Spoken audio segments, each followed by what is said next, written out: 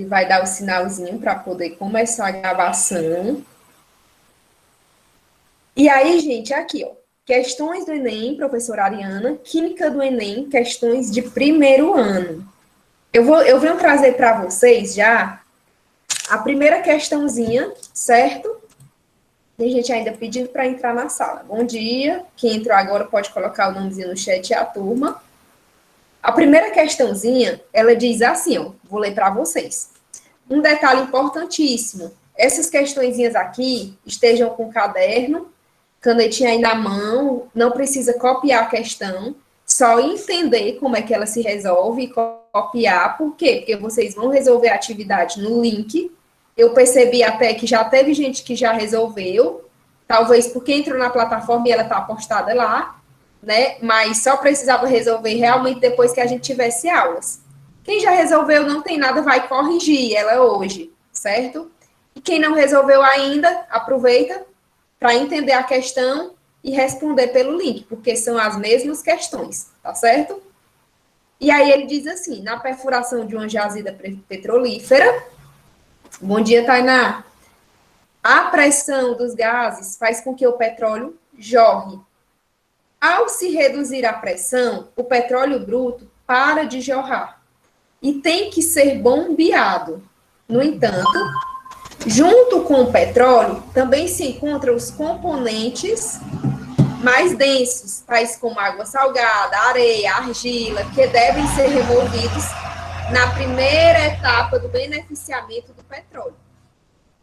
A primeira etapa desse beneficiamento é, olha aí, ele mostra a imagem para vocês, né? Quem vai entrando agora pode colocar o nomezinho no chat. Ele mostra aí a imagem para vocês, e aí na imagem veio uma torre de fracionamento, aonde ele armazena o petróleo, onde tem o armazenamento de petróleo. Nessa torre, vai acontecer, ó, ligado a esse armazém de petróleo, vai ter a bomba bem ligadinha a ela, e vai ter também, ó, uma fornalha, a qual ele vai esquentar. Isso aí para vocês entenderem que o petróleo, ele pode se dividir em vários produtos. Ele pode, né, se dividir através do petróleo, né, melhor dizendo. Ele dá em resíduos, parafina, asfalto, a gente sabe, né, que é uma matéria-prima do petróleo. Óleos lubrificantes também vem do petróleo, óleos combustíveis, querosene, gasolina, gás. Olha o tanto de matéria-prima que vem através, né, do petróleo. E aí, o que é que ele quer saber? Ele diz que, junto com o petróleo, também se encontram os componentes mais densos. Quando eu falo de mais denso, cai lá naquele assuntinho de densidade. Densidade, lembra quando eu mostro o exemplo da água e o óleo, né? Quando mistura os dois, eles são immiscíveis, eles não se misturam, e um vai descer, e o outro vai subir. Quem é o mais denso, quem é o menos denso? Isso aqui cai nesse conteúdo de densidade. E aí ele diz que, junto com o petróleo, existem componentes mais densos. A água salgada, a areia e a argila. E esses produtos mais densos, eles devem ser removidos na primeira etapa da separação da mistura. Ele quer saber qual vai ser essa primeira etapa. Só isso ele quer saber. E aí, se você já tiver um conhecimento sobre separação de misturas, você vai saber que eu vou falar de cada um desses pontinhos aí. A, ele traz decantação. B, evaporação. O que é o processo de separação de evaporação? Na evaporação, a gente sabe que ele separa misturas homogêneas. O que são misturas homogêneas? A gente sabe que existem as homogêneas e as heterogêneas. As homogêneas são aquelas que são miscíveis, conseguem se misturar. A olho nu, a gente não consegue identificar o que é ali. As heterogêneas, no caso da água e do óleo, são aquelas, né, que não conseguem se misturar. Então, a evaporação, ela é um processo de separação de misturas de substâncias homogêneas, que a gente não consegue identificar a olho nu, certo? A gente não consegue ver, ou seja, ela vai evaporar, ela vai se transformar em gás, vamos dizer assim, né? E vai evaporar uma substância e vai ficar outra substância no processo de separação dela. E aí a gente vai conseguir separar os dois. Destilação. A destilação, ele também separa substâncias. Aliás, ele separa misturas, também separa misturas homogêneas, né? As homogêneas são as substâncias que a gente não consegue identificar o que é um e o que é o outro, a olho nu. Aí são duas parecidas, a evaporação e destilação. A floculação, a gente só utiliza a floculação em processos de tratamento de água. Lá na CAGES existem vários tanques. A água que vem, por exemplo, do Poço Verde, ela não cai diretamente na sua torneira do jeito que ela vem do Poço Verde, não.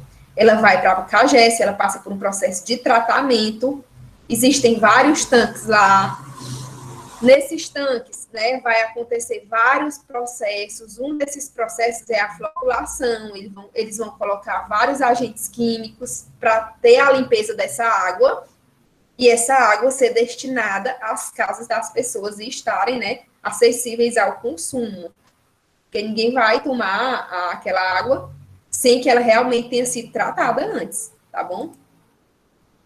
E a filtração, a gente sabe também o processo de filtração, na nossa própria casa existem os filtros, né? Quem tem filtro sabe. Ali é um processo de filtração, onde geralmente se tira misturas heterogêneas, que a gente consegue identificar o que é um e o que é o outro, no caso a areia e a água. Ali é uma mistura heterogênea, você consegue saber o que é que tem areia e o que é que tem água, né? Dentro de um filtro. E aí, esse filtro, ele vai fazer essa separação de mistura. Vai tirar somente o líquido e vai deixar o sólido. Tem uma pessoa querendo entrar, mas como não está com o nome dele aqui, eu não vou permitir. Eu não sei quem é. Essa pessoa vai ficar de fora. Até porque vocês já sabem que só entra, né, com os seus nomezinhos para me saber quem é. Sim, aí o que é que ele diz? Ele quer saber aqui qual é a primeira etapa desse beneficiamento. Gente, ó, a decantação foi o único processo de separação que eu não falei ainda. Esse processo de decantação, de separação da decantação, como é que ele ocorre? A gente deixa geralmente ele no sistema em repouso. Como é esse sistema em repouso? Por exemplo, eu pego lá duas substâncias líquidas, né, uma mais densa e outra menos densa, e eu quero fazer a separação delas. Eu vou colocar ela dentro de um recipiente e eu vou deixar ele por uns dias decantando. Isso é o processo de separação da decantação. Ele vai ficar em repouso e depois, né, de alguns dias, eu já consigo ver as duas substâncias lá dentro, né, separadas. E aí eu posso tirar uma e deixar a outra armazenada. Ou seja, ela fica decantando. Eu vou conseguir identificar o que é uma substância e o que é outra. Nessa questão, o que é que ele quer? Ele diz que, junto com o petróleo, também se encontram componentes mais densos. Esses componentes mais densos é a água salgada. Na água salgada vai existir a água e o cloreto de sódio, né? H2O e NaCl, a areia e mais a argila, que são produtos mais densos. Para mim fazer esse processo de separação de misturas aqui do petróleo com essas outras substâncias, como ele é mais denso, eu vou precisar deixar ele decantando, deixar ele lá alguns dias dentro de um recipiente, né, que ao motivo dele ser heterogêneo, não se misturar, e ele conseguir ser mais denso do que o outro, quando eu deixo ele lá decantando no recipiente, o que é que vai acontecer com os dias? Eu vou conseguir observar todas as substâncias separadamente. E ali vai ser o processo de separação da decantação, certo? Então, o item A, eu já falei para vocês quando eu disse que ele fica num processo decantando numa substância de decantação. Então, a primeira questãozinha, se você já soubesse o que era filtração, floculação, destilação e evaporação, você já sabe que o item correto seria a decantação, não precisava nem saber o que era ele. Só sabendo que a evaporação e a destilação são processos de separação de misturas com substâncias homogêneas, então não iria ser, né? A floculação é um processo que só faz com tratamentos de água, né? Na CAGES, por exemplo, e a filtração é sólidos e líquidos, mas que você consegue ver. Então, que são misturas heterogêneas. Então, aqui você já mataria que seria o item A, decantação, certo? Prestem atenção. Se tiverem dúvidas, também pode perguntar, porque senão eu fico pensando que eu estou falando sozinha. Tá bom?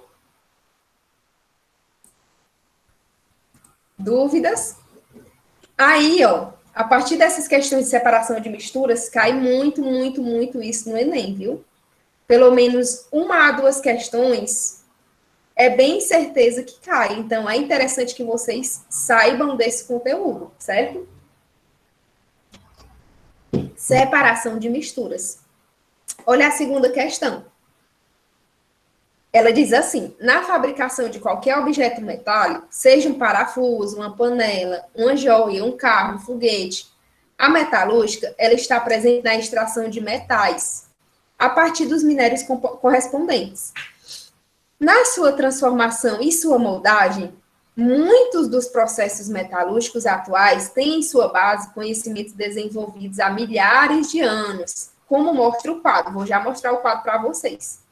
Podemos observar que a extração e o uso de diferentes metais ocorreram a partir de diferentes épocas, certo? Ele fala aí que existiram vários metais. Esses metais eles foram surgindo antes de Cristo e em diferentes épocas. Uma das razões para que a extração e o uso do ferro, ele quer saber o do ferro, tá? Tenha ocorrido após a do cobre ou estanho é. Aí eu vou mostrar para vocês a tabelinha. Milênios antes de Cristo e métodos de extração e operação. No quinto milênio antes de Cristo, surgiu o conhecimento do ouro e do cobre nativo. No quarto milênio antes de Cristo, houve a obtenção do cobre, do chumbo, a partir de seus minérios e técnicas de fundição. No terceiro milênio antes de Cristo, a obtenção do estanho a partir do minério, e aí foi o uso do bronze. No segundo milênio antes de Cristo, prestem atenção aí, ó. Houve a introdução do fole. O que é o fole? O fole, ele é um instrumento. Ele precisou ser utilizado, ele é um instrumento que tem duas abas, eu acho que vocês conhecem, né? E quando você pega na pontinha das abas e ele é manual e aperta ele como uma sanfona, o que é que acontece? Ele vai liberar oxigênio. E aí, por exemplo, próximo a um local a qual, né, tenha fogo, quando ele libera o oxigênio, o fogo ele vai aumentar. Então, aumenta a temperatura, certo? Então, eles utilizavam esse fole para o aumento da temperatura da queima. E aí começou o início do uso do ferro. E no primeiro milênio antes de Cristo, ocorreu a obtenção do mercúrio e das amálgamas, cunhagem de moedas. Aí já conseguíamos construir as moedas, né? Por conta dos metais, certo? Que iriam surgindo. Só que o que é que ele quer da questão? Ele quer saber qual foi a razão para que a extração e o uso do ferro tenha ocorrido após o do cobre ou do estanho. Ele dá as opções. Você já consegue identificar qual é a opção, qual é a opção? Eu falei da utilização do fole, né? Que manualmente, quando você apertava ele como se fosse uma sanfona, ele libera oxigênio e aumenta a temperatura. Então, daí, você já consegue saber qual é o item? Pode colocar os itens no chat. Quem quiser chutar ou já dizer o item correto. Nada? Nenhuma sugestão? Nadson, meninos do Renan, Nicolas, Samara. Nenhuma sugestão? Eu vou achar que ou vocês não estão entendendo ou vocês não estão aí. Olha o item A, ele diz assim: a inexistência do uso de fogo que permitisse sua moldagem. O Renan chutou no item A. Ele diz: a inexistência do uso de fogo que permitisse sua moldagem. Não, por que, que ele não. Por que, que não é a inexistência do uso do fogo? Porque quando eu falei que a gente utiliza o Foley, ele quando ele é manuseado, ele libera oxigênio e próximo ao fogo ele aumenta aquele fogo. Então, eu precisei, né, do fogo para que aquilo ali acontecesse, para que eu conseguisse moldar o ferro, uma alta temperatura. Olha o que é que diz o item B: a necessidade de temperaturas mais elevadas para a sua extração e sua moldagem. A Samara foi na item B. A necessidade de temperaturas mais elevadas para sua extração e sua moldagem. Olha o item C. O conhecimento de técnicas para a extração de metais a partir dos minérios, ele não falou isso. A necessidade do uso do cobre na fabricação do ferro, também lá no quadro, ele não falou sobre o uso do cobre. Seu emprego na cunhagem de moedas em substituição ao ouro? Não, até porque a cunhagem de moedas ela surgiu depois da utilização do ferro, né? E não é utilizado o ferro para fabricação do ouro. Então, qual é o item correto? Item B. Quando eu falo que precisa do Foley para o aumento da temperatura, foi a necessidade de temperaturas mais elevadas para a sua extração e moldagem. Então, aí, ó, é um tipo de questão que a resposta, ela está na própria questão. Então, você ganha tempo só em ler o quadro e prestando atenção e interpretando como é interessante a interpretação de uma questão. Você já consegue responder ela sem que você saiba muita coisa sobre a existência e o surgimento do ferro, ou do cobre, ou do ouro, enfim. Tá? Vou passar para a próxima. Olha essa daqui, ela é bem simples, essa daqui. Essa daqui caiu no Enem de 2019, bem recente. E ela é dada. Se você souber o que é substâncias simples, compostas, matéria, você consegue responder ela. Uma substância é formada por contendo apenas de um mesmo elemento. Ele diz isso. Aí ele dá os itens. Composta, ela é uma substância química ou ela é uma substância simples? Aí ele diz, formada por moléculas, elementos ou moléculas. Aí ele vem, contendo apenas elementos, átomos, moléculas ou átomos de um mesmo elemento, de um mesmo... Vixe, quase que eu respondo. De um mesmo elemento. Vou responder o finalzinho. Tá? Então, aí, qual seria o item correto que vocês encaixariam aí? Eu já respondi o finalzinho, que ele é de um mesmo elemento. O item D, Luan, foi no item D, uma substância simples, é formada por átomos, contendo apenas moléculas de um mesmo elemento.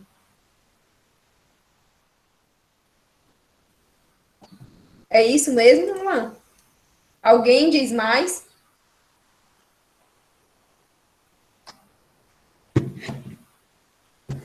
Eu vou ser mais audaciosa e eu vou dizer que o Luan só apenas trocou aí o átomo por molécula.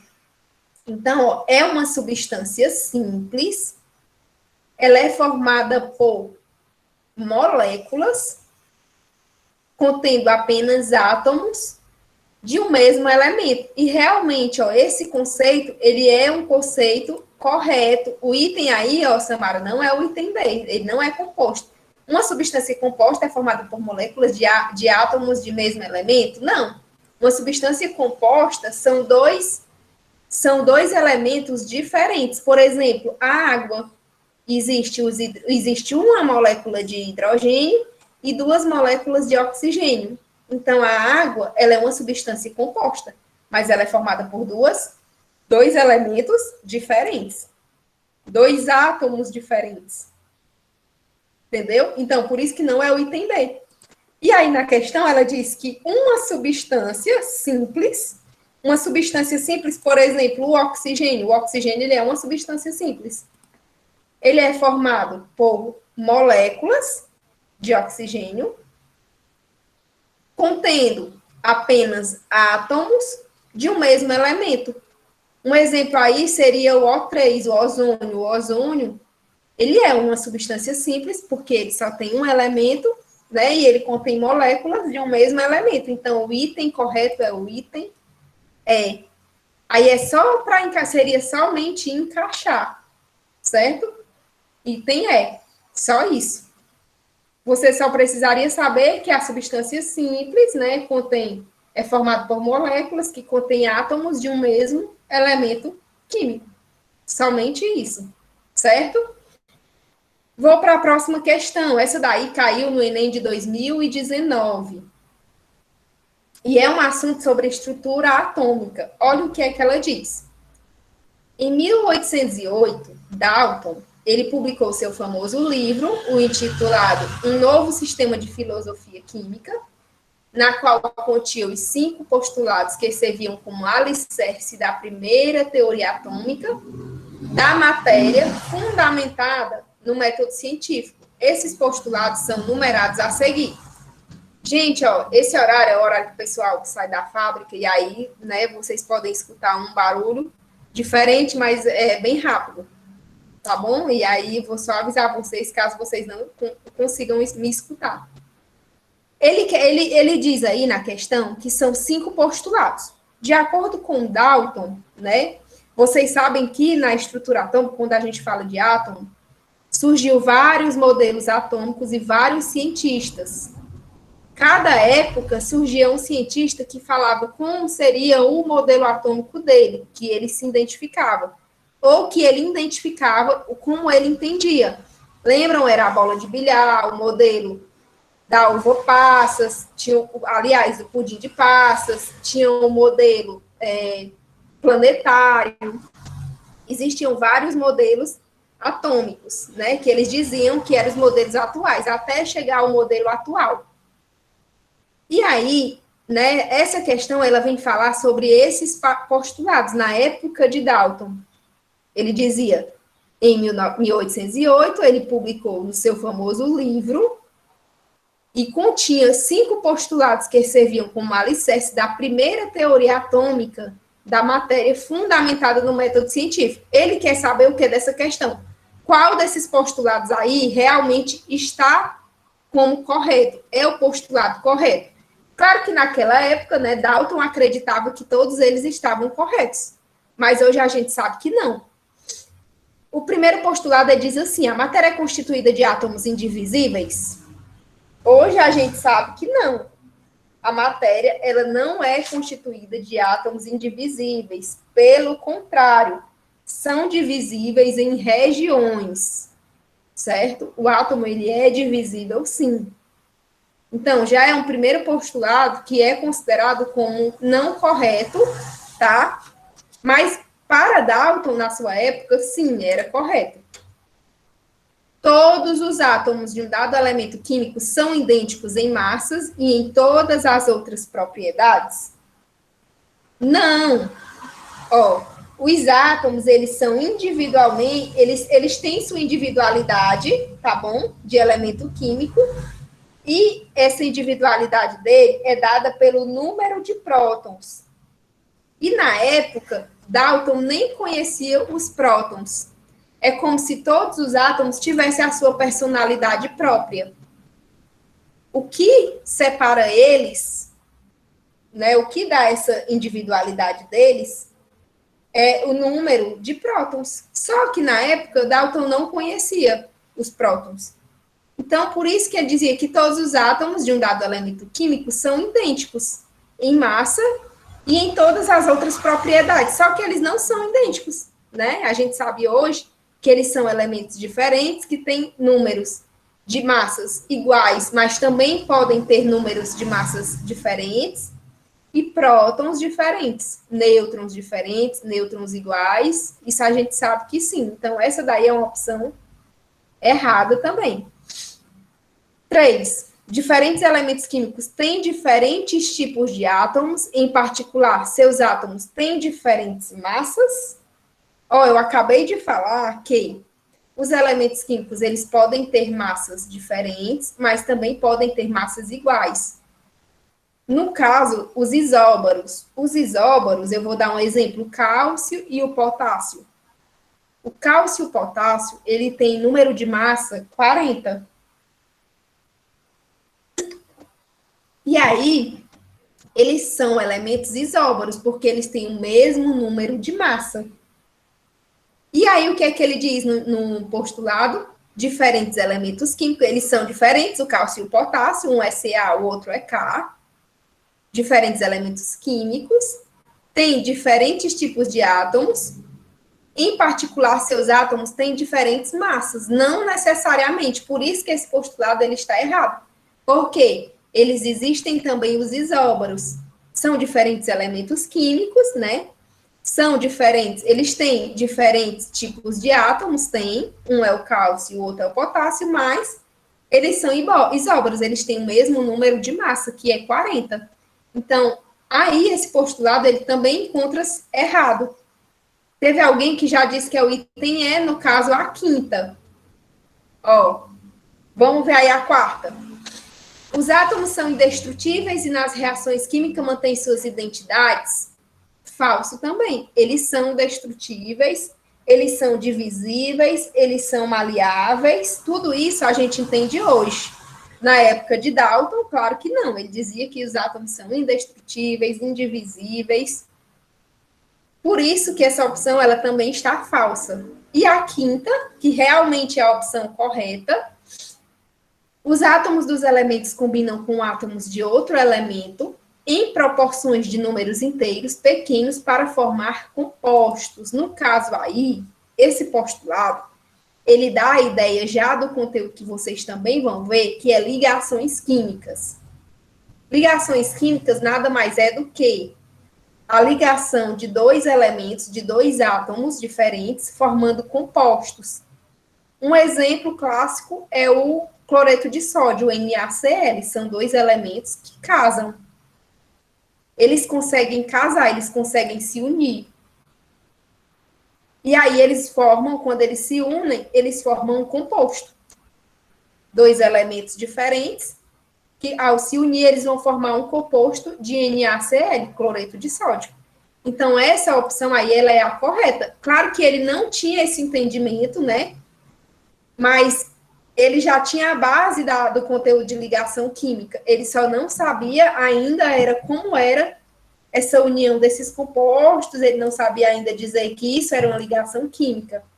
Hoje em dia, a gente já sabe que isso é um conteúdo de ligação química. Por isso, que a opção correta é o item quinto, postulado quinto, ainda é considerado correto nos tempos de hoje, né, na visão de Dalton, certo? Vamos para a próxima questão, olha aí, a classificação periódica. Aí entra a tabela periódica. Quem tiver uma tabelinha periódica perto, tá, pode usar. Ele diz assim, na classificação periódica, os elementos químicos de configurações 1s2, 2s2, 2pc, 3s2, 3p6, 3d10, 4s2, 4p3 está localizado na família.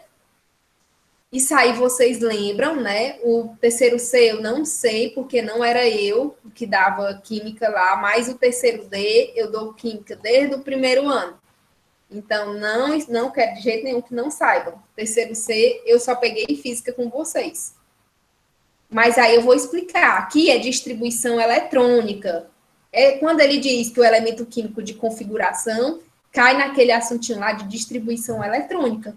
1s2, 2s2, o que é que ele quer saber? Ele quer saber qual é a família que está localizada esse elemento. E quando eu souber qual é o elemento, eu, consequentemente, vou saber qual é a família. Para me descobrir que elemento é esse, como é que eu vou fazer? Eu vou simplesmente somar os números, né?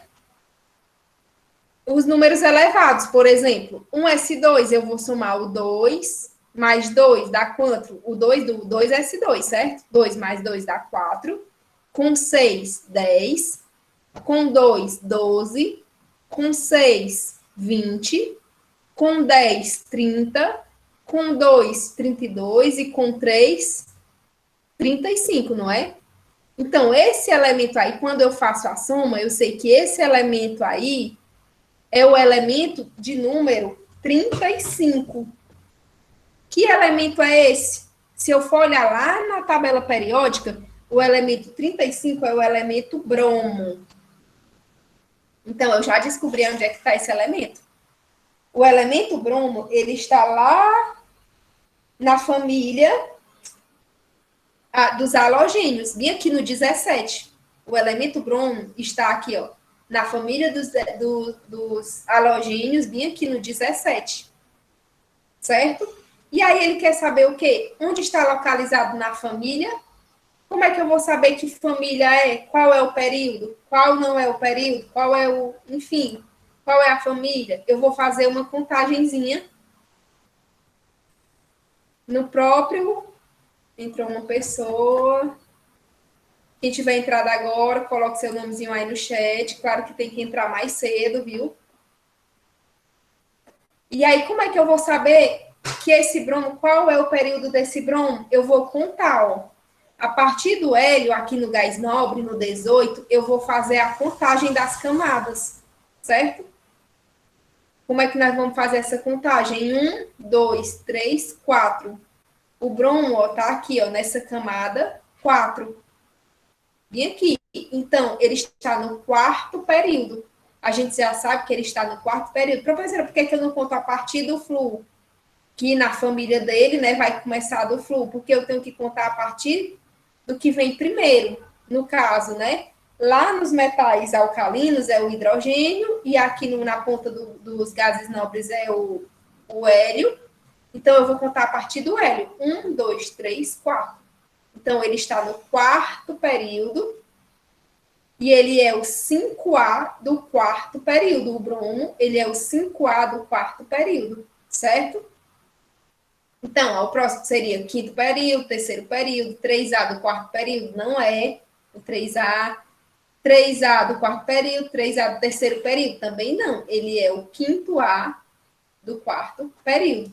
Então, a opção correta aqui seria o item A, quinto A do quarto período, certo, gente? Essa aí era uma questãozinha bem certinha, uma questão que só você contando, né, somando, você consegue identificar ela. E muitas vezes, se você nem somar, mesmo assim você consegue identificar, tá? Você só tem que ter uma noção sobre a tabela periódica. Aliás, se você nem somar, não, vai precisar realmente somar os números lá da distribuição eletrônica para você poder identificar qual é o elemento. E daí ao elemento você consegue se identificar qual o período que ele está. Essa próxima questãozinha, ela também é uma questãozinha de tabela periódica. Olha o jeitinho dela. Ela diz, considerando-se os elementos X, número atômico 17, e Y, número atômico 12, podemos afirmar que ele é um metal, ele é um não metal, eles são metais, eles são semimetais, é isso que ele quer saber. Só que eu preciso saber quem é o elemento de número atômico 17 e quem é o elemento de número atômico 12. No caso do 17, ele é o cloro. O cloro, ele também está na família dos halogênios, do 17. Bem aqui, ó. E ele é 1, 2, 3, está no terceiro período, ele, certo? Na família dos halogênios. E o elemento de número atômico 12, quem é o elemento de número atômico 12? É o magnésio. O magnésio, ele está bem aqui na família dos na família dos metais alcalinos terrosos. A gente sabe que a família 1A é os metais alcalinos e a família 2A os metais alcalinos terrosos. Ele está bem aqui, ó, no 2, abaixo do berílio, é o magnésio, certo? E aí, o que é que ele quer saber? Ele quer saber, esses elementos, eles são metais, ametais, semimetais, o que é que vocês dizem? Digam aí no chat, como é que ele se identifica? Eles são metais, ametais ou não? Digam aí, por conhecimento de vocês já sobre esse assunto, mesmo que não estejam lembrando.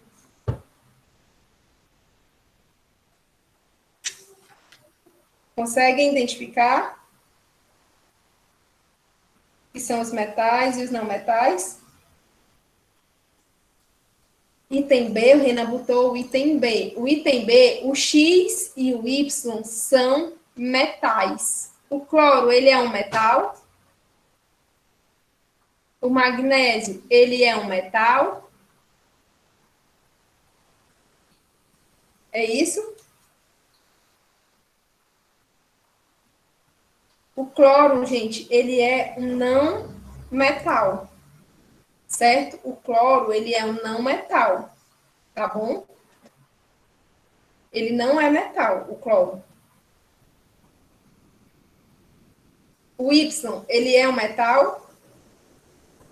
No caso, o magnésio? Sim. O magnésio, ele é, sim, metal.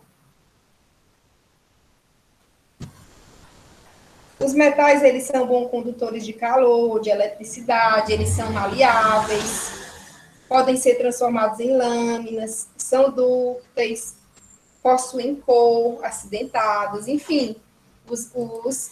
O magnésio, ele é um metal. E o cloro, ele é um não metal. Exatamente. O item correto é o item C.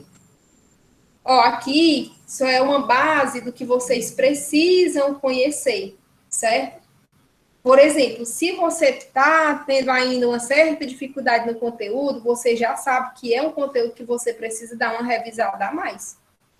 Porque é certo também que esse conteúdo ele caia de alguma maneira, ele venha, né, trazer alguma questãozinha para vocês. Então, vocês entendem que eu já preciso dar uma revisada a mais. Olha essa questão é de 99, mas ela pode cair de novo. E ela é uma questão bem simples.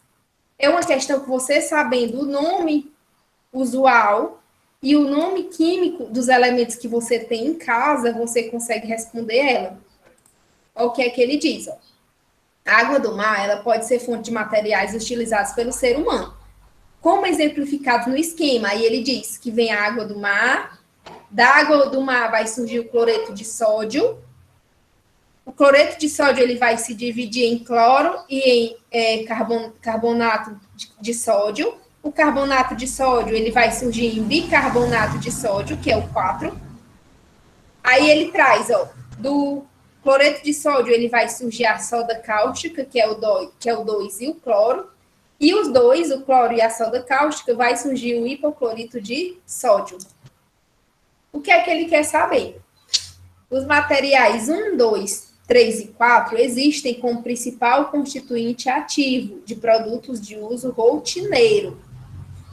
Ó, ele diz que 1, 2, 3 e 4 são produtos que a gente tem em casa. A alternativa que associa corretamente a água sanitária, fermento em pó e a solução fisiológica com os materiais obtidos da água do mar é, ou seja, ele diz, a água sanitária é o quê? Eu conheço ele usualmente como água sanitária, mas quimicamente, qual é o nome dele, da água sanitária? Alguém sabe dizer? Isso tem passado muito nos jornais, principalmente como forma de prevenir, né, lavando as compras do supermercado quando chegam, para que, né, mate o vírus do coronavírus. É uma substância muito utilizada. Então, o que é o nome da água sanitária, quimicamente falando? hipoclorito de sódio, quando ele fala assim, vocês podem utilizar o hipoclorito de sódio, é nada mais, nada menos do que água sanitária. Mais prático ainda para vocês é o denominado que boa, que a gente usa em casa, para passar o pano na casa. E hoje a gente está utilizando muito para lavar os produtos de supermercado, lavar fruta, lavar verdura. Então, é o hipoclorito de sódio, certo? O fermento em pó, como é o nome do fermento em pó? Não é possível que alguém não saiba o nome do fermento em pó. Qual é, Fermento. Kailan? Não, fermento é o usual, é o que a gente chama, mas quimicamente falando, Nadson. Bicarbonato Esse não vai de meio de carbonato de sódio. sódio. Bicarbonato de sódio é o nome. Ui, apertei aqui e voltei. Vale, senhor. É o nome do fermento em pó. E a solução fisiológica, o soro fisiológico, que todo mundo compra na farmácia e tem em casa também, é o conhecido cloreto de sódio, porque na composição do soro tem o quê? Água e sal. Só isso. Certo? Geralmente você usa muito para lavar o olho quando né, tem algum objeto estranho no seu olho, você lava, mas não é aconselhável, certo? Ou lavar um ferimento, tá bom? Então é o soro fisiológico, que é o cloreto de sódio. Então o item correto aí é o item C. Você sabendo o nome usual e o nome químico de cada elemento, você termina uma questão dessa em 2 minutos. Então você não perde nem tempo para resolver ela. E a última, essa daqui, ela é uma questão dada. Caiu em 2019 e ela é uma questão dada. Você responde ela só de você olhar, você não precisa nem ler. Mas eu vou ler para vocês e eu já vou adiantar aqui a última questãozinha que eu trouxe aqui para vocês, certo? Ó, por terem camadas de valência completa, alta energia de ionização e afinidade eletrônica praticamente nula, considerou-se por muito tempo que os gases nobres não fariam compostos químicos. Porém, em 1962 foi realizada com sucesso a reação entre o xenônio e o hexafluoreto de platina. E desde então, o mais novo composto de gás nobre vem sendo sintetizado. Tais compostos demonstram que não pode se aceitar acriticamente a regra do octeto. A regra do octeto é: você tem um elemento químico e você sabe que o elemento químico ele só cabe 8 elétrons, tá? E aí, no caso aqui, ele diz que tais compostos demonstram que não se pode aceitar acriticamente a regra do octeto, ou seja, eles não aceitam essa regra aqui, a qual o elemento ele só consegue ter 8 elétrons. E aí ele diz, ó, no qual se considera que, numa ligação química, os átomos tendem a adquirir estabilidade assumindo a configuração eletrônica de gás nobre. Os gases nobres, eles não têm essa regra do octeto, tá? No caso deles, eles são elementos químicos que aceitam mais de 8 elétrons. Aí ele diz, ó, dentre os compostos conhecidos, um dos mais estáveis é o diofluoreto de xenônio, no qual 2 átomos de elemento flúor se ligam covalentemente ao átomo de gás nobre para ficarem com 8 elétrons de valência. Vou mostrar para vocês, tá aí, ó. Ele vem, ao se escrever a fórmula de Lewis de compostos de xenônio citados, quantos elétrons na camada de valência haverá no átomo do gás nobre? O gás nobre é o xenônio, é o Xe. Ele quer saber quantos elétrons vai ter nele. Aqui, ó, vou contar os elétrons, são os pontinhos. 1, 2, 3, 4, 5, 6, 7, 8. Ele tem 8 elétrons nele, só que ele vai compartilhar 2 elétrons com o flúor. Quando eu falo de compartilhar, né, aí são ligações covalentes, tá bom? Eles compartilham elétron.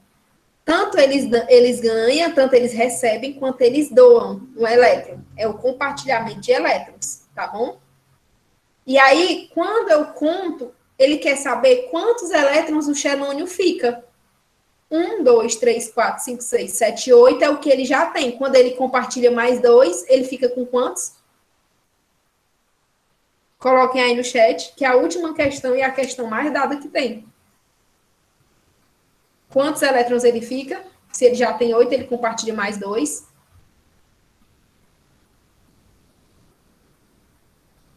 Hã? Bora, Nadson.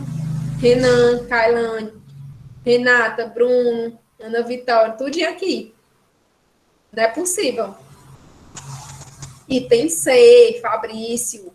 Item C, 10. Olha aí, ó, ele já vem até apontando. Item C, 10 elétrons. Ele fica, o xenônio fica com 10 elétrons. Porque eu só conto os 2 a mais. E é uma questão que, se você só contar os eletronzinhos e o mais 2 a mais do flu, você já ganha a questão, que é o item 10. Ó, o flu, ele tem 1, 2, 3, 4, 5, 6, 7. Quando ele ganha mais 1, ele fica com 8 elétrons e aí ele atinge a sua regra de octeto. Certo? O flu, ele tem que ter a sua regra de octeto. Ele não pode ficar com mais do que 8 elétrons. Tá bom? E aí ele tem dois elementos flu e um elemento xenônio, que é o gás nobre, que pode receber, sim, mais de 8 elétrons, tá bom? E aí eu finalizo, certo? A nossa aula de hoje, as nossas questõezinhas, com essa última questãozinha aí, certo? E dizer para vocês que vocês têm o link, eu vou colocar no grupo, o link da atividade.